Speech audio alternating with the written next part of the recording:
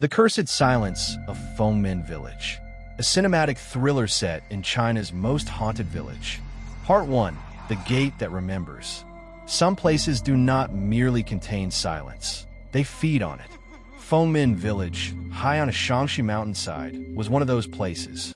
The locals called it the Village of the Sealed Gate, a name they never said after sundown and rarely said at noon.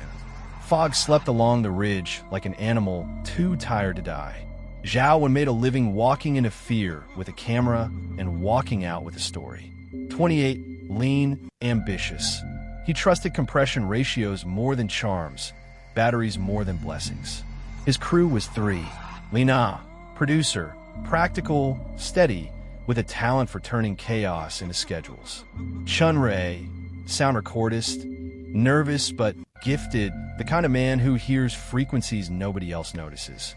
And Old Ma, their fixer and driver, not nearly as old as his name, but every word from him felt pre-aged in smoke and caution. The van climbed until the road narrowed to a thought. The GPS froze, then slid backward as if the mountain had quietly eaten a few kilometers.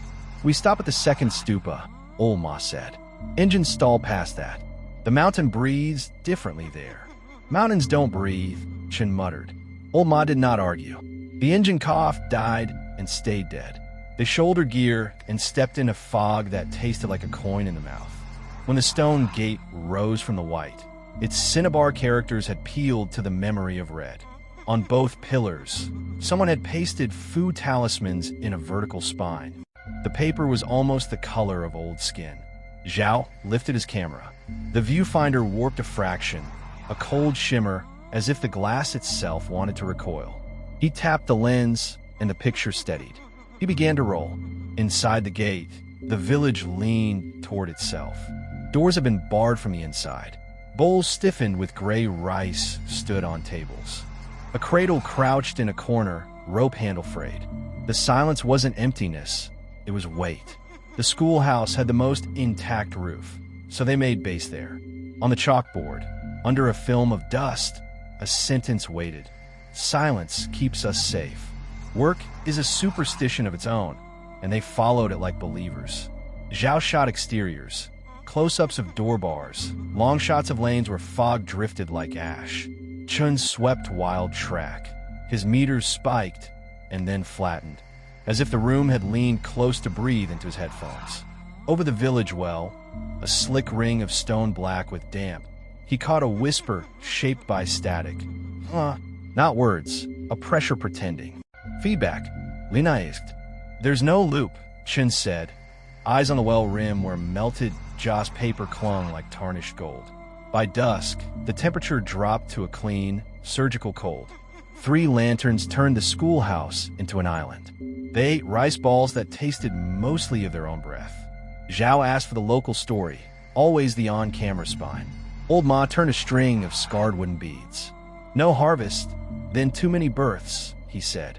"Babies move their mouths before they learn to cry." The well learned names. The headman's daughter wrote what shouldn't be written. One night, they sealed the gate so the sound would not escape, or so nothing would enter. In places like this, doors are mouths. Later, when Zhao checked the first hour of footage, he found 2 10-second clips he hadn't shot. The schoolhouse door filmed from above the lintel, breathing lightly like a sleeper. In one, the bar sat crooked, as if tested by a patient hand. He didn't mention it. Fear hates routine. He clung to routine. At 22:17, the left lantern collapsed, a flower folding out of season. Chalk dust shed itself from the board in a delicate avalanche, and letters snapped into being in a small, urgent script. "Yimen Ting Dalam, do you hear it?" Chen answered before he could decide otherwise. "Hear what?" The chalk scraped again. "Woman de Mingzu, our names." The room went very still, the way forests do when a storm pauses to listen to itself. Part 2, the white figure. She arrived without footsteps at the edge of lamplight. White cotton cheapao, not bridal satin, hair hanging in wet ropes, skin pale with the yellow of years. She didn't flicker like fog. She stood like a fact that disliked being questioned. Zhao lifted his camera, a reflex as pure as breath. "Miss," he said, because politeness is armor. We're from. Her head turned in jerks, like a marionette tugged from a great distance. When her mouth opened, the sound was pressure, not voice, a low note that registered in organs more than ears. Chen's meters bricked. He tore off his headphones. The tone persisted in the bones of the room. "Lin Xiu," she said at last, voice thin as old paper. "The headman's daughter," Old Ma murmured. He looped a red thread, strung with a sliver of iron, over Zhao's camera. "Do not name her again." Water trickled from the woman's lips, clean and cold, threading along her throat. Somewhere in the room, a child's syllable repeated itself. "Ma, ma, ma," with a rhythm like a heartbeat learning walking. The chalkboard trembled. "Do you want help?" Lina asked, hand out, producer to the last. The woman tilted her head, as if the word help were something she recognized from far away. Her mouth unhinged wider than flesh allows, revealing not a throat but a room, a darkness that seemed to continue. Zhao's finger hovered over the record button. His training said frame it. His nerves said pray. And then she wasn't there. Not faded, absent, as if the light had failed to include her. Silence fell hard enough to make their pulses audible. "We leave before dawn," Old Ma said. "Or we don't leave." Zhao swallowed his instinct to argue. Plans were a kind of spell. The plan said one night. He clung to that line like a man skirting a cliff. They waited through midnight. The door bar crept a finger's width down its brackets and slid back up as if a hand on the other side had decided against testing them for now. At some depth underhearing, the well arranged a laugh. Part 3. The Journal of the Sealed Gate. Gray daylight arrived like a tired apology. Zhao and Li Na moved lane to lane, gathering images. Bar doors, bowls fossilized mid-meal. An altar where someone had scratched the eyes from a portrait. In a third house, Li Na tugged a cloth-bound book from beneath a bed frame, its cover soft with mildew. Inside the front leaf, Lin Xiu. They read by the door for what little light there was. Li Na's voice stayed professional, but the words pushed their way under the tone. 19th, 7th month. Father says the well swallowed our names. We use bells at night. I tied one to the baby's wrist, so I can count him without speaking. 23rd, the baby's mouths move as if practicing what the midwife won't say. Mother keeps setting bowls for people who still breathe. She doesn't look at us when she does it. 1st, 8th month. Wind from the ravine brings a pressure that uses my name against me, like a hand inside my skull. The water tastes like promises no one kept. 9th, we seal the gate. Father says a gate is a mouth. Ours was open too wide. Doors pushed from the other side all night. By morning, the food charms faced the wall. 12th, I dropped a coin to buy silence. It never struck bottom. The water said ma 3 times and laughed. Widow and drowned under the old bridge last year. The river runs to the well. There must be a path. Near the end, a torn page held one clean line. Do not say it aloud. It is already in our throats. Silence keeps us safe. They took the journal to the well and lit the stone rim with an LED panel. First push in black. Second, the black showed a green the eye associates with summer fields. Third, a girl's forehead and eyes rose from below, intact. Watching not the lens, but a point just behind Zhao. He turned. The lane was empty. The LED hummed like insects after rain. They hurried for the schoolhouse and got lost. The alleys multiplied like mirrors angled against mirrors. The same chipped blue bowl appeared in 3 kitchens. Finally, the schoolhouse found them. The bar lay on the floor. Chen stood inside, colorless. Old Ma went to the gate, he said, to ask it to let us out. Why didn't you go? Lina asked. I heard my mother at the well, Chen said, cradling his dead recorder as if warmth might return it to life. Our old apartment, the radiator ticking. She sang the blackout song. She's alive in Guangzhou. The well knows what it shouldn't. No one argued. Pack, Zhao said. We leave a mark for old Ma and go. They moved together. Pads bent back. Time stretched. The village had begun to edit them. When the gate finally stood before them, it felt less like an exit and more like a decision watching them arrive. Old Ma stood with his palm on the pillar, eyes closed, as if listening to a heart under stone. "It is counting," he said. "Names, steps, breaths. Do not give it more to count."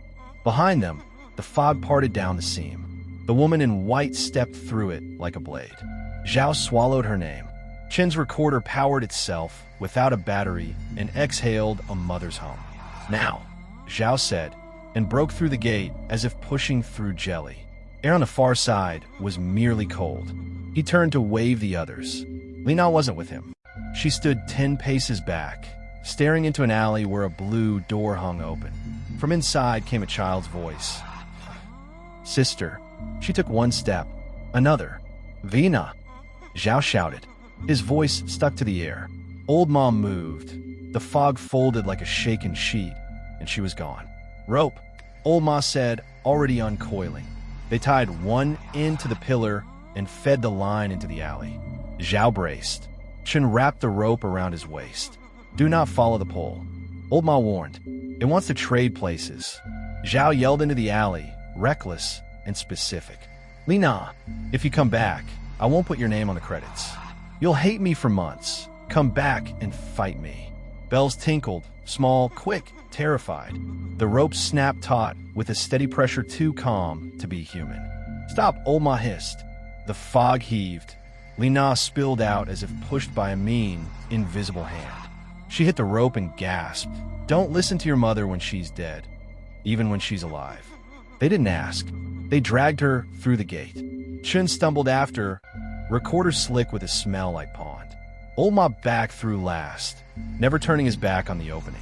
They were out, not the same as free. Part 4, the cut that opens. At the second stupa, small handprints bloomed on the van's windshield, pressed from the inside. The engine caught. The radio turned itself on and played a song none of them had heard in years, and all of them knew. Chun yanked the fuse. The melody persisted until the first city tower interrupted mountain air. In Beijing, they hid inside normal noise. The edit bay smelled of coffee and fatigue. Zhao cut footage into scenes, building beats that made dread obey. But the woman in white refused metadata. She appeared in angles they never rolled. In one clip, she stood behind Zhao while he slept on the office couch, the red exit sign bleeding into her shoulders. "Every cut is a small gate," Old Ma said when he visited at 2 a.m., the hour when bargains feel necessary. "Every time you say, 'Look,' something hears you." Zhao exported a rough. The progress bar hit 99%, collapsed to 13, then froze at 66 like a joke. The second try finished. At 2:18, the film detoured into a living room he knew intimately. His childhood home, his mother crossing the frame, humming the blackout song. "Turn it off," Chen said, strangled. Zhao killed the monitor. The radiators remembered, ticking continued for one extra heartbeat. Zhao hiked until the gate recognized him. He placed his palm on warm stone and didn't step through. He listened to the bead-soft shuffle of something counting, to the baby bell remembered by the journal, to a mother's hum wearing someone else's breath. "Keep it," he said. "Keep the names and the footage. I won't show it. I won't be your mouth." The fog thinned to a frame. The woman in white stood at the lane's end, head tilted, disappointed or amused. He did not raise a camera. She unlived herself, and the fog closed. A compass caromed out of a branch where no compass should have been, spun on the stones, and settled on east. Zhao laughed once, too loud for the mountain, and walked down without looking back. Part 5, after Fengmen. They never released the film. At festivals, when people asked about the project that vanished into rumor, Zhao smiled. "Some doors open the wrong way," he said. The line always earned a laugh he didn't enjoy. Lina texted him once at 3:17, "Don't put my name on anything." He didn't. Chen moved to Guangzhou to be closer to his living mother and developed a habit of standing by radiators, listening whenever the pipes clicked, like a man waiting for a language to apologize. Old Ma still drives crews into other mountains, but never past the second stupa. He carries spare prayer beads and gives them to people who believe too hard in footage. Fengmen remains where good stories hide, on the border between places you can leave and places you can only return to. Compasses still spin themselves dizzy.